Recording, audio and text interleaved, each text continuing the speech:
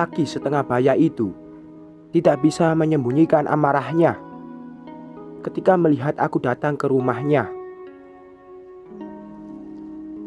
Suaraku mengucap salam setengah, tidak dibalasnya, hanya dengan memakai kain sarung. Mat Kayo, teman lamaku, ditemani istrinya, keluar dari balik pintu kamar rumahnya yang asri. Raut wajahnya memerah, penuh dengan balutan emosi. Sahabat lamaku itu langsung menggebrak meja yang ada di hadapannya. "Sabar bro, sabar," ucapku yang memanggilnya dengan sebutan bro. "Aku datang ke rumahmu untuk menyampaikan amanah dari keluarga sahabat kita juga, teman kita juga, saudara kita juga," jelasku. Dia diam, mulutnya terkunci. Tak ada suara yang keluar dari mulutnya. Beberapa saat kemudian, ia menganggukkan kepala dengan sedikit terpaksa.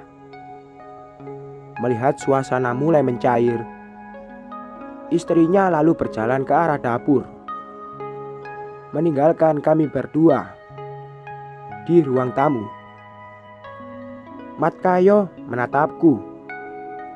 Masih terlihat sisa guratan kekesalan yang menggurat di wajahnya. Ia menyalakan rokok di tangan. Kepulan asap keluar, meliuk dari bibirnya. Dari belakang istrinya datang, membawa 2 gelas kopi. Dan istrinya kembali, meninggalkan kami berdua.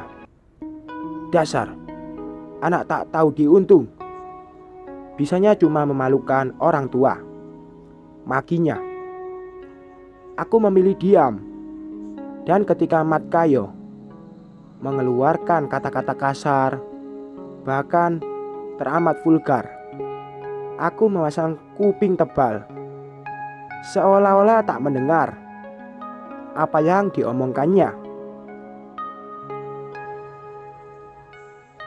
Tekadku hanya satu, ingin membantu Wiwi agar diterimanya sebagai menantu. Itu saja, tak ada yang lain.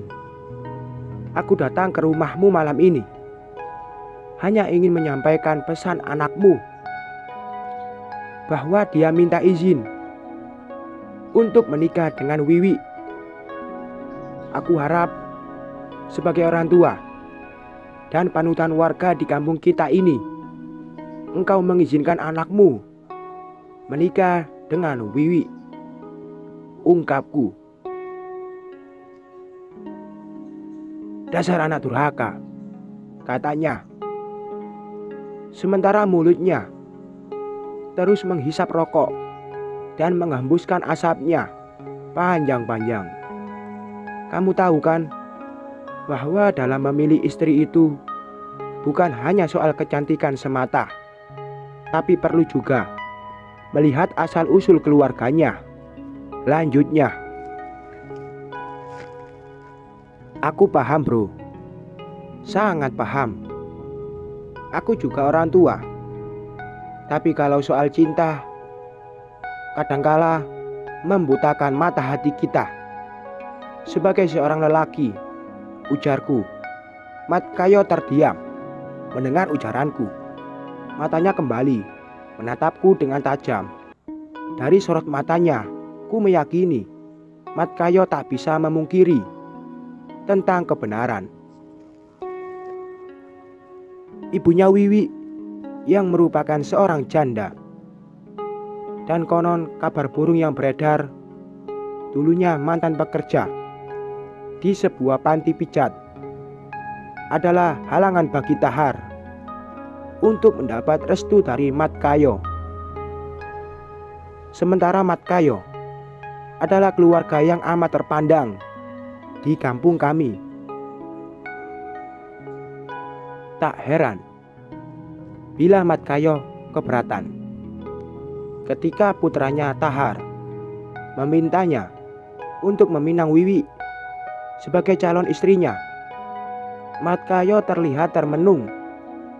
Tatap matanya menerawang, entah kemana. Tangannya kembali mengambil sebatang rokok, lalu menyulutnya. Sementara di atas meja, kopi di hadapannya perlahan menjadi dingin. Sebagai sahabat karibnya, aku amat tahu bagaimana Matkayo saat ingin meminang istrinya dulu. Penuh dengan tantangan dan rintangan, penuh dengan duka. Matkayo bahkan hampir diri karena mendapat perlakuan yang amat kejam dari calon mertuanya. Dan aku yang waktu itu sudah bekerja di kantor kecamatan menjadi mediatornya, sehingga keluarga calon mertuanya bisa menerima Matkayo apa adanya. Matkayo tiba-tiba memelukku. Usai mengingat kejadian itu, matanya berkaca-kaca. Air matanya membasahi wajah garangnya. Dan saat memelukku, dia membisikkan kata-kata yang mengizinkan Tahar putranya untuk meminang Wiwi sebagai calon istrinya. Mendengar ucapan Matkayo itu, aku sangat bahagia. Sangat bahagia. Hatiku terasa sangat lega. Hilang sudah beban yang menghimpit pundakku.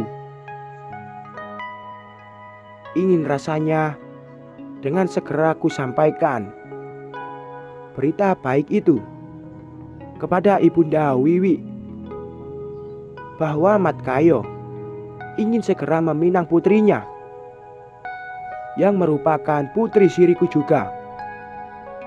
Matkayo tidak mengetahui bahwa Ibu Wiwi adalah istri siriku yang dulu pernah dicintai setengah mati oleh Matkayo saat Ibu Wiwi, calon besannya itu, masih bekerja sebagai pemijat di sebuah panti pijat di kota. Sekian.